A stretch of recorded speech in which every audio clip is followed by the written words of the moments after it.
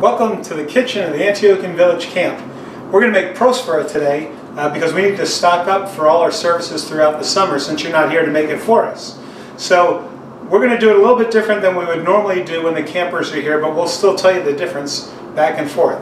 But the important thing to know is when you first start out, you need a clean, disinfected surface. So we're going to be using this table, and we have a special kitchen disinfectant cleaner here that we will apply to the table, and we'll wash it off and get it nice and clean, disinfected, so that we know wherever we're putting food items, it's going to be very clean and sanitary. The other thing is it's important to always follow health regulations. So for example, not that I have that long a hair, but it still is important to have your head covered, or if you have longer hair, to have it pulled back to make sure that the hair does not get in the food. An important thing. Another thing, and I will be putting it on when we start to get a little bit more messy here, is to have an apron, simply to keep your clothes a little bit cleaner.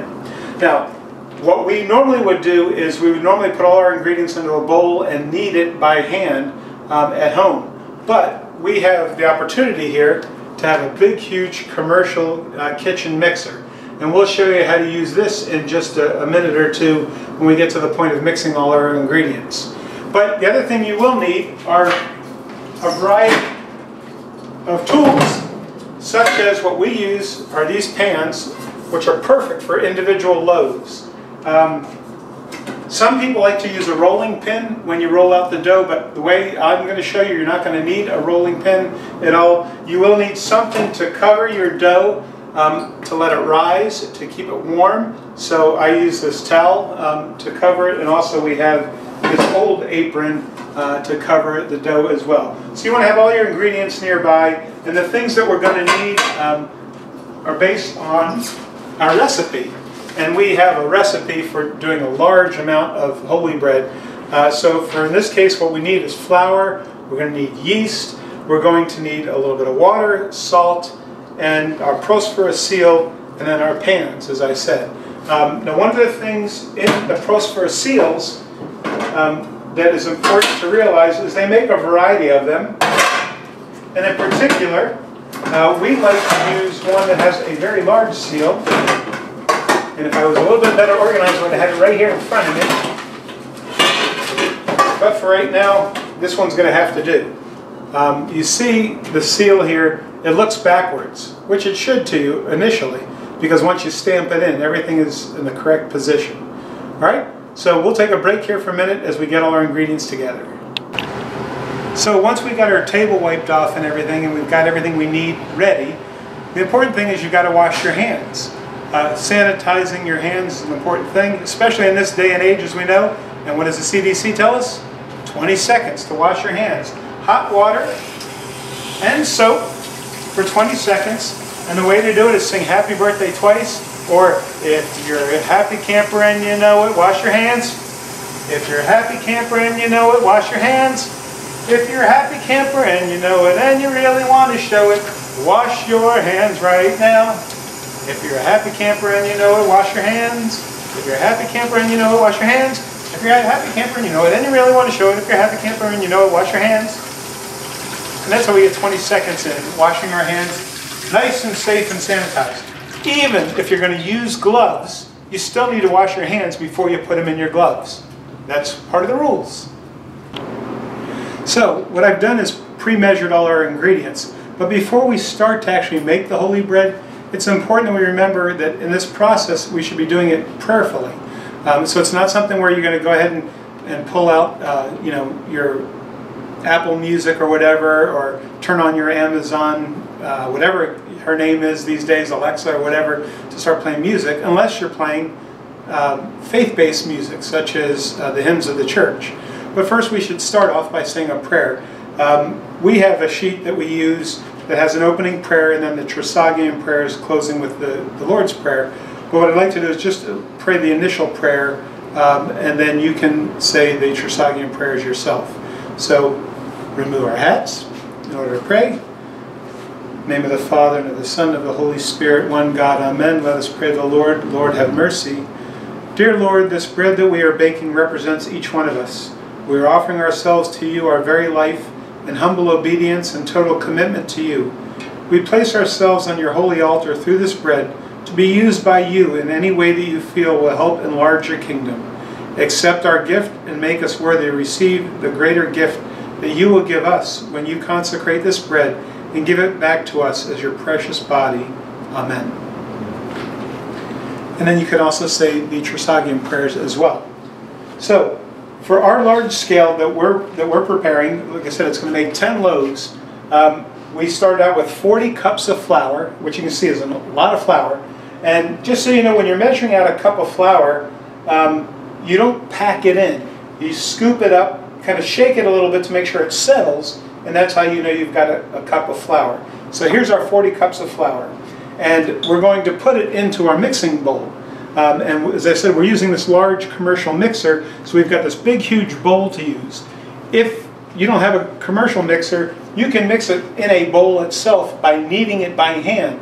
The problem is you'll need a lot bigger bowl than this, because once you start kneading it, you need a lot of room to move it all around. So we have our 40 cups of flour that I'm just going to go ahead and pour right into our bowl. Okay.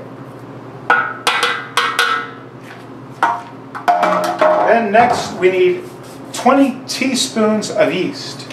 Now, just to make sure we all understand, there are two forms of measurement when it comes to spoons. There is the tablespoon, TBS, or the teaspoon, TSP. So please, it would be a terrible mistake if you used the tablespoon instead of the teaspoon. So I've measured out 20 teaspoons of yeast, and we use active yeast, dry yeast here, okay? And then what you want to do is you need water, and we're going to be using a total of 14 cups of water. We have 4 here in this measuring cup and another 10 here.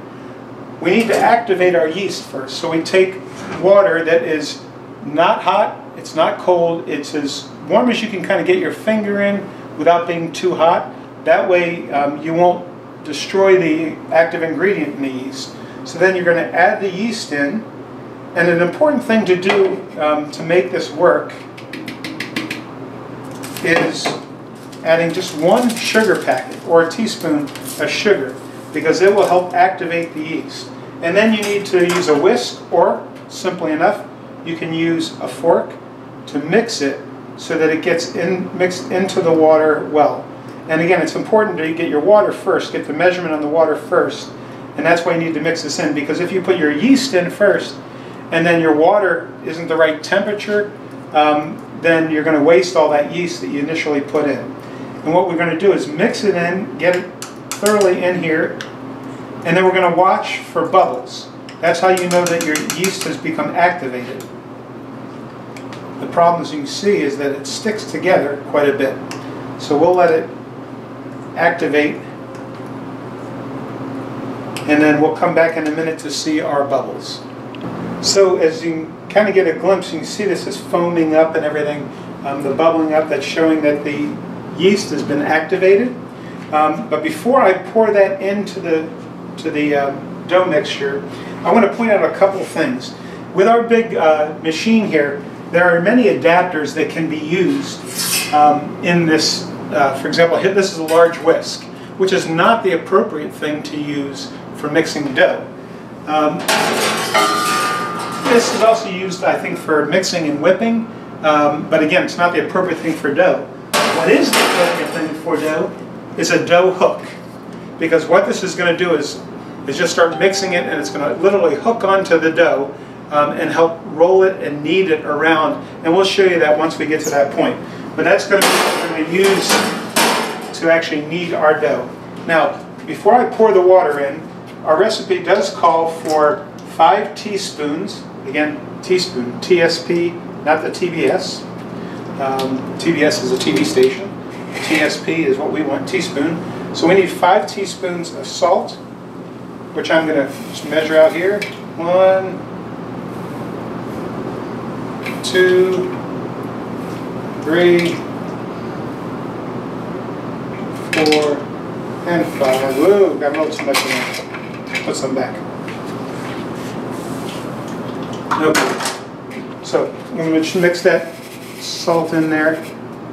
And now we're going to add our water and our yeast, and especially get it before it bubbles totally over. So we're going to just pour it right in to our mixture.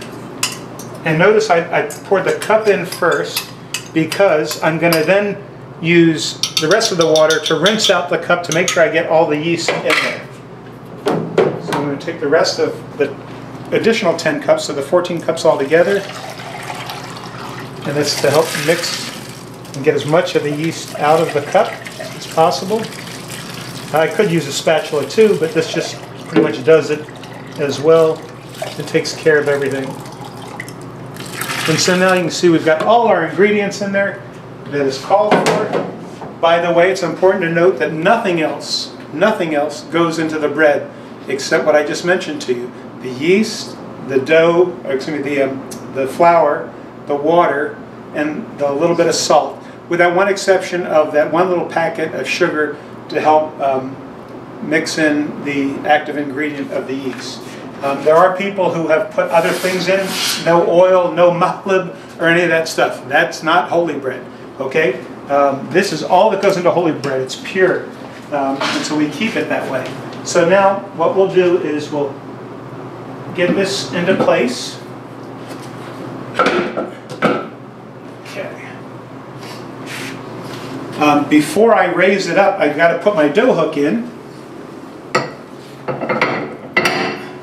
and get it locked into place. Now I'm going to crank this up a little bit. You can see it start to lift, but I have to then anchor this down because there's going to be a lot of torque on this as it mixes. And it's important to make sure that we have our bowl secured. Okay, I'll finish cranking it all the way up. And it'll automatically stop for us in a minute. But not yet. There we go. Now, it won't turn on until I close the protective screen so that nobody's hands can get in there and get mangled or anything. So now once we have that in there, I like to start at the lowest setting, which is number 1, and then we're going to hit the on button. And as you'll see, it starts to mix the dough, and it'll take a little while, but you want to keep mixing until there's no lumps in the dough and it's all nice and smooth. So that can take a little while depending if you're hand kneading or you're using a machine. But you mix them all up. So if you're doing it by hand, probably 15 to 20 minutes of kneading that mixture. That takes a long time, a lot of muscle. So if you happen to watch one of the videos where Nick Ashworth was talking about doing the Murph, those exercises are great for building up the muscles so you can actually knead your holy bread. That'll take a lot of effort. With this, hardly any effort at all. The hardest part is cleaning the bowl after you're done, which isn't even that hard because it's all going to be dried up and connected together in one lump. So we'll come back to you in a minute or two and show you the difference of this working. See you in a few minutes. So we've been kneading our dough for about 15 to 20 minutes or so. I'm going to go ahead first of all, of course, stop the machine, open up the safety curtain there, and check to look at our dough. And it seems to be pretty good. It could probably go a little longer maybe, but it looks like it's all been kneaded well. There's no clumps or anything like that. It seems to be good to the touch, kind of bounces back there, and everything, nothing's sticking even to my hand or anything. So I think we're in good shape. So what I'm going to do is remove the dough hook after I lower this down.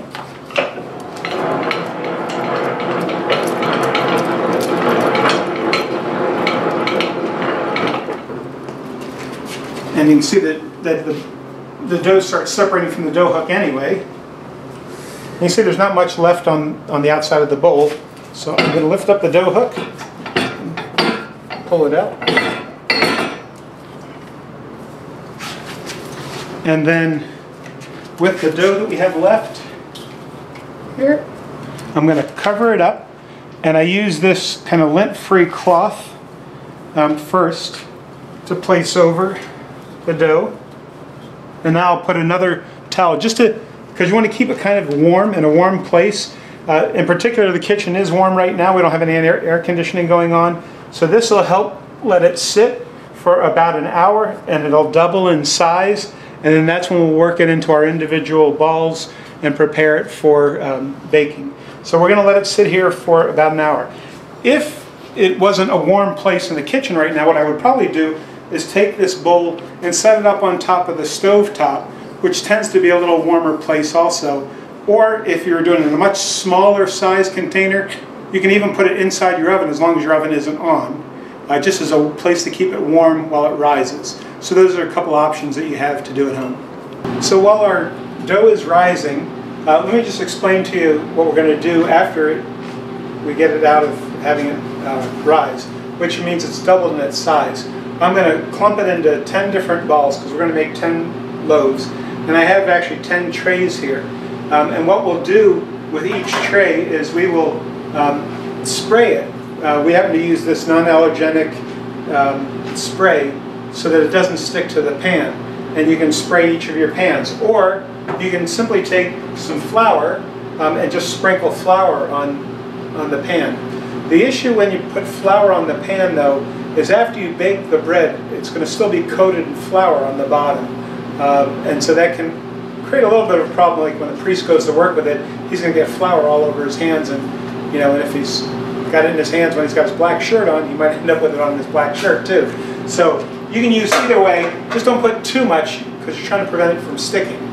Now, before I mentioned to you that we have 2 different seals, and hopefully you can get a good look at those 2 seals. You can see the difference. It's the same images, except for this one right here is much larger, this center portion, which is called the lamb. And so I like to use this bigger one because that's really what's important on the seal, in particular when the priest prepares for the holy bread. So this center part is called the lamb, which is from the first loaf. The priest will cut that out, and that's what will be used for communion, both of the clergy and of the faithful. In the second loaf, we cut out this triangle over here, which represents the Theotokos.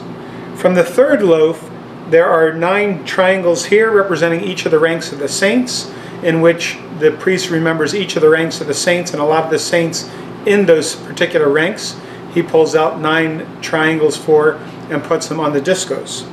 Then the fourth loaf he takes not necessarily from anywhere on the lamb here, but from anywhere in the loaf of bread. He takes particles for each of the living, and then on the fifth loaf he takes particles for each of the departed who we've been asked to pray for. So one of the important things about preparing the Prosphora is that it should really be done by a family. As you're offering your holy oblation, you're offering to God the gifts that are going to be used for communion. And historically that meant not only offering the bread, but it also meant offering the wine too that would be used. Now it's much more preferred by priests for the priest just to buy the communion wine consistently that's going to be used in church.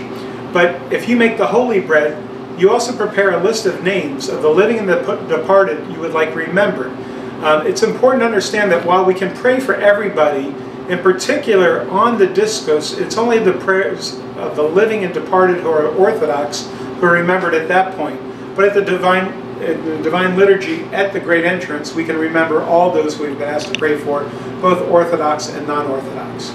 So that gives you a sense of the seal here and how we use it in each of the loaves. And in a few minutes, we're going to show you exactly how we put this seal into the loaf of bread. So as we said, we let our dough rise for about an hour or so. So now I'm going to pull off the covers. And as you can see, it's about double the size of what we started with, which is nice because that's what we wanted it to do. We wanted it to rise up and everything. And normally you would break it up into 10 loaves. But what I'm going to do for right now, just for demonstration purposes, I'm going to pull out what I need for one loaf and just make one loaf right now so you can see how that's done. So basically, I've pulled out a certain amount of dough. You notice that it's a little bit like folded over and everything. So you want to be able to try to just smooth out as much of it as possible to eliminate pockets and things like that of air and everything, especially when you go to put the seal on. So So I've sprayed my tray, and I'm going to put this piece of bread or dough in here right now, kind of space it out a little bit to fill out as best I can. It doesn't have to be perfect, but generally across there. So it fills the pan for the most part. Now I'm going to take my seal, and what you do want to do is you want to kind of like lightly dust it in flour, just so that it won't stick to the dough. And you want to maybe tap it to knock out any extra flour that might be stuck in the seal itself. And what I like to do is put it right in the middle, and I put my whole body weight into it and press it down, and then I like to go around the edge with a fork. The reason for this is you want to give way for air pockets to let the air escape from underneath the seal, so that you don't end up with any hollow spots underneath the seal, because the priest needs that to be a very solid piece of bread, because that's where he's taking the lamb from. So no air pockets will be in there. And then, as you can see, when I pull it out, we have a perfect seal. Even though this doesn't look quite as nice, it's still okay. The seal is the important part of the loaf of the bread. And now what I'm going to do is I'm going to put it into my preheated oven, which was set at 300 degrees, and this will bake for 30 minutes approximately. Okay, so we'll see in about 30 minutes when you'll see this loaf of bread hopefully baked and ready to dry and to cool for us. So while the bread's baking, this is the ideal time to clean up behind yourself. One of the important things is cleaning the seal properly. And to do that, you know, as we were sealing, we could have been getting dough or even just the loose flour stuck in the grooves. So you want to make sure you go through either with your fork or with a toothpick or something and clean out all the edges of your seal, so that next time you use it, it's in great shape, and then you go ahead and wash it. The other thing we need to do is clean up our workspace. And again, you want to disinfect and sanitize the workspace that you've just been working at, so that it is ready for whatever the next project you have in your kitchen. And it's particularly important here at the village because we have so many people working in the kitchen at different times for different purposes, and we want to thank Auntie Andrea for letting us use her side of the kitchen, the food specialty side, in order to do this holy bread. Normally we wouldn't be doing this right here where she's trying to protect and keep everyone safe and everything, but because camp's not running this summer, we're able to do that and ensure the safety of everybody. Because healthy campers is a safe camper, is a happy camper. And so we want to make sure everybody's safe, healthy, happy, and especially holy. We'll see you in a short while, which was roughly about 30 minutes from when we put in our bread, and we'll see the end results. So our 30 minutes is finished. As I mentioned, I didn't have a nice edge out here on the loaf of bread, but that's okay. You can see the seal turned out really well, and even when I press, it's solid. So it's going to be great for the priest to use. Now what we want to do is just let it cool, so I'm going to just pull it out. And you can see you can start browning a little bit on the bottom of the loaf. And then we'll just set it here to cool down. And it's going to take probably a couple hours for it to cool down and everything. And then it could be bagged up and saved, you know, put in the freezer, pulled out whenever it's needed. So we've got a bunch of loaves still going here, but that was that loaf I showed you at the outset. So good luck, and God be with you as you offer your talents back to God and offer your offering to Him for His divine liturgy. May you have a good experience. May it be blessed. And remember, be prayerful as you go through this process.